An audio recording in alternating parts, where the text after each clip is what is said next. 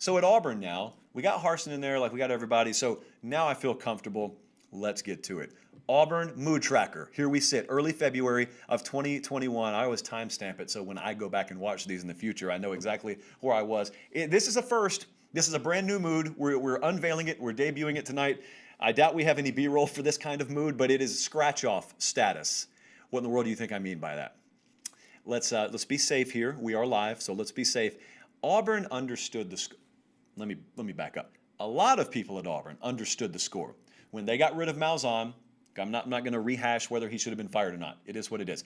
When Gus Malzahn was shown the door, when he was given his walking papers, enough people at Auburn, including athletic director Alan Green, they knew the score. And here's what the score was. Have you ever heard the old adage, you'll invest $10 the same way you'd invest $10 million? Has anyone ever told you that? Because for the purposes of the next 4 or 5 minutes of your life, I want you to wad that advice up. I want you to throw it out the window. Because that was frowned upon by Auburn. Auburn said if we had $10 million, we could go get anyone we want to. I mean, we could completely overhaul everything, and we could have a proven national championship winning coach in place by next week. That wasn't the set of circumstances. They knew it even before they fired Malzahn, or if they didn't, they should have. Here's what they knew. They had $10 in their hand, again, figuratively, and sometimes when you got $10 in your hand, instead of looking for a way to invest the $10, you just go to the 7-Eleven and you buy 10 scratch-offs. And you know it's not wise. Like financially, that's nothing Dave Ramsey would instruct you to do in a workshop. However, you've heard stories before. Every time you walk in that 7-Eleven, you look behind the counter, and there are all the examples on the wall of people who have won $7,500, $11,000, $275,000 at this little gas station, spending $1 or $2 on a scratch-off. It could happen. JP, Angels in the outfield, flap those arms. It could happen. And so Auburn went into scratch-off mentality because they looked around and they said, you know what? No one's heard of Brian Harsin. We hadn't even heard the name Brian Harsin in regards to Auburn 10 minutes before they made the announcement. But they looked around finally when things had subsided and the right people had control of the steering wheel. And they said, what are we trying to do here? We got to compete against Nick Saban every year, Jimbo Fisher, Kirby Smart at Georgia, LSU's a year fresh off a national championship. Here's what we could do. We could either take a quote-unquote proven route, a conventional route, and probably never surpass those guys even if everything works out. You know, Kevin Steele, Billy Napier, Mario Cristobal. I mean, those were guys who have learned under Nick Saban, and those are guys who, you know, if history is any indication, probably weren't going to be the guys to overtake him. So Auburn, the powers that be there, they look around and they know we got to slay dragons, plural, one of them being the best of all time, but really several of them. And so we look around, and instead of investing this $10, let's just go try the scratch-off mode. It could fail spectacularly, but really, if it does, where would we be that we aren't already? Now, this was not my opinion. I thought things were a lot better than they were painted to be under Malzahn, but you didn't think that, so that's all that matters. But they went and they bought the scratch-off, and they went to Boise, Idaho, and they got Brian Harsin. Brian Harsin has won games. Brian Harsin is a proven commodity as a head coach. He's not a hotshot coordinator, but yet there are obviously several unknowns, even if you're the most hardcore of Auburn supporters, about whether he'll fit there. Like, you know, obviously the typical questions we don't need to waste time asking. But there's a bit of kind of a fragment in nature right now, even about the Auburn fan base, because obviously that's down really near where I'm from. So again, my research method is just text 15 of my Auburn buddies. What do you think? And wait for the iJosh to respond. And there is our show research. And believe me, the extent of the research for this topic, because you just got to kind of feel it. I talk to you guys all the time. You got to kind of feel the mood. And the mood right now is they hope they hit a grand slam. You know, instead of trying to lay down a bunt, instead of trying to, you know, put it on the ground and leg it out, they went for the grand slam. It has paid off before. It has paid off in very big fashion from coaches coming from that part of the country before. Urban Meyer, probably most famously coming in from Utah, and everyone thinks the SEC is about to teach that guy a thing or two about football. He taught the SEC a thing or two about football. Dude revolutionized the conference. That is where the comparisons for now on this show will end between Urban Meyer and Brian Harsin, but they hope. But here's where the fragmented nature of the fan base is. The most optimistic of Auburn fans, like, they're willing to dive in head first. Whoever you put in front of them, even if they didn't originally support the hire, once the press conference has been had and once the dust is settled and he's our guy, we're all in for him. Literally, that's what they'll put on the t-shirt, all in. And then you got this other group.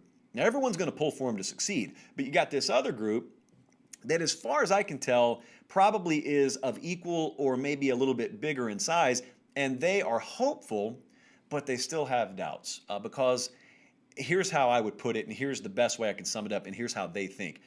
If the Georgia job had come open, so they are not emotionally attached to it. If the Georgia job had come open and Georgia had hired Brian Harsin, a lot of these Auburn fans would look and they'd make fun of the hire because they would say, why did you get that guy? Like, couldn't you have done better? Well, what about a guy winning kinda at Boise, Idaho is going to translate to the University of Georgia? And so they know they would say that if the dude was at Georgia. So now he's theirs, and that's the only difference. So they're hopeful, and they hope the doubters are wrong, but they, in the back of their mind, again, when they're amongst themselves, not publicly, when you're talking amongst yourselves, you're wondering, is this guy going to haul in recruiting classes, the likes of which we have to have, not just to compete against Alabama? Like, I know that's the elephant in the room, pun intended, but you got to beat every year, you got to at least compete against every year 4 of the top 6 or 7 recruiting programs in America.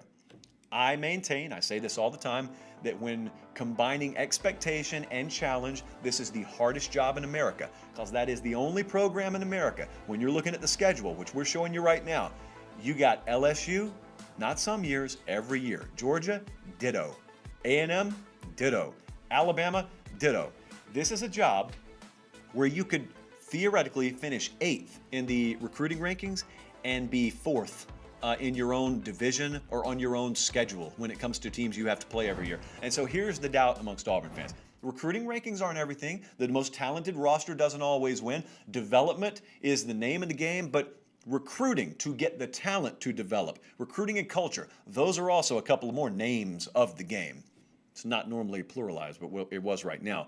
But they're looking around and they're saying, is this Brian Harsin guy, is he going to recruit at a high enough level? And if he's not, if he's a guy that floats in like the 8 to 12, 13, 14, 15 range, is he a guy, and is his staff a staff that we can count on to realistically out-coach and out-scheme some of the best in America? Because the thing about Alabama, the thing about A&M, the thing about Georgia, these aren't places where you have knuckle draggers on the sideline who just happen to come upon this wealth of talent, but they have no clue how to coach their way out of a wet paper bag. No, they're pretty good in all departments. So to match them, you're either going to have to try and out-scheme 1/3 of your schedule every year, or you're going to have to go talent for talent. Sometimes you just got to have the better players. And so I think that's where a lot of the doubt stems. But that's going to be a 2 or 3 or 4 year answer.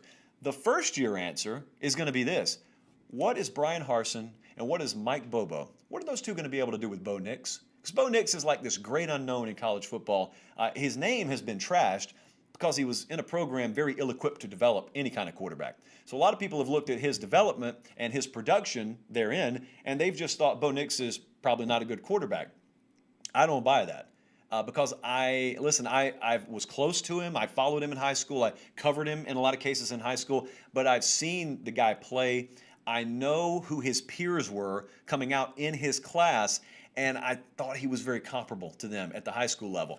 He went to the wrong program, point blank, to develop him as a quarterback. I know what the emotional attachment was. I know why he's there. I know who his dad is.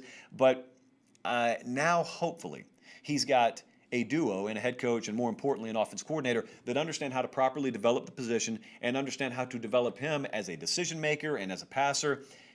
Man, it's a big question mark. But, if that question is answered in definitive terms, in positive terms, maybe that's the ray of sun that you need in year one that lets you know better days are ahead. Because I can guarantee you there are a lot of high school coaches, there are a lot of recruits out there who are watching this every bit as anxiously as you are and as I am, because you don't know definitively who Brian Harsin is. I don't know what to expect. Well, we're not the ones trying to decide if we're going to spend some of the most important years of our life playing for the man. They are. And so that's another one of those programs. It's a familiar theme tonight. Miami, that's one to watch. Auburn, big program to watch in 2021.